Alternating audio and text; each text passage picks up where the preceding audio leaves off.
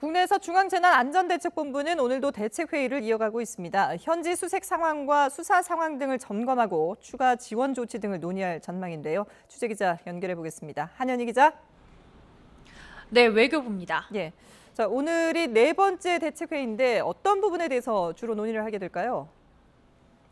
네, 오전 9시부터 이곳 외교부 13층에서 회의가 진행되고 있습니다. 오늘 회의에서도 실종자 수색 상황을 점검하고 또 희생자 장례 절차와 현지 가족 지원 방안 등에 대해서 논의할 것으로 보입니다.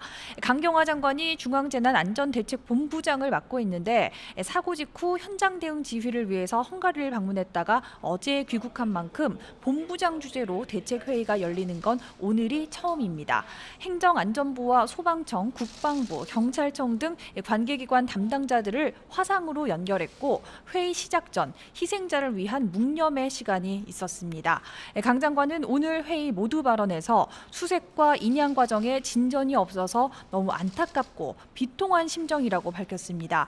그러면서 해외에서 일어난 사고의 경우 사고 발생국의 긴밀한 협조 확보가 무엇보다 중요하다고 설명하며 발생 직후 헝가리를 찾아서 사고 현장을 방문하고 또 헝가리 외교장관과 내무장관을 만나서 신속한 수색과 사고 원인 조사, 또 인근 국가의 국제 공조 등을 위한 가능한 모든 노력을 해달라고 요청했다고 밝혔습니다. 또 이를 통해 우리 정부의 높은 관심과 의지를 헝가리 측에 분명히 전달해 헝가리 정부의 전폭적인 의지를 확보할 수 있었던 것으로 평가했습니다. 그러면서 앞으로도 헝가리뿐 아니라 주변국들과 협력해서 수색의 진전을 이룰 수 있도록 하고 또 철저한 원인 조사와 책임 규명이 이루어지도록 촉구하겠다고 밝혔습니다. 이와 더불어 생존자와 실종자 가족을 여러 차례 면담해 정부에 대한 요구사항을 청취했고 여성가족부 협조를 얻어 세월호 가족 상담 진행 등 풍부한 경험을 가진 전문 상담사를 파견했다고 소개했습니다.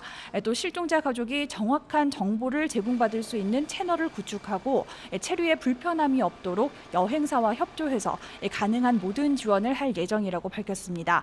그러면서 여러 가지로 쉽지 않은 여건이지만 먼 훗날 오늘을 돌아봤을 때 한치의 후회도 남지 않도록 맡은 분야에서 최선을 다해주길 바란다고 당부했습니다.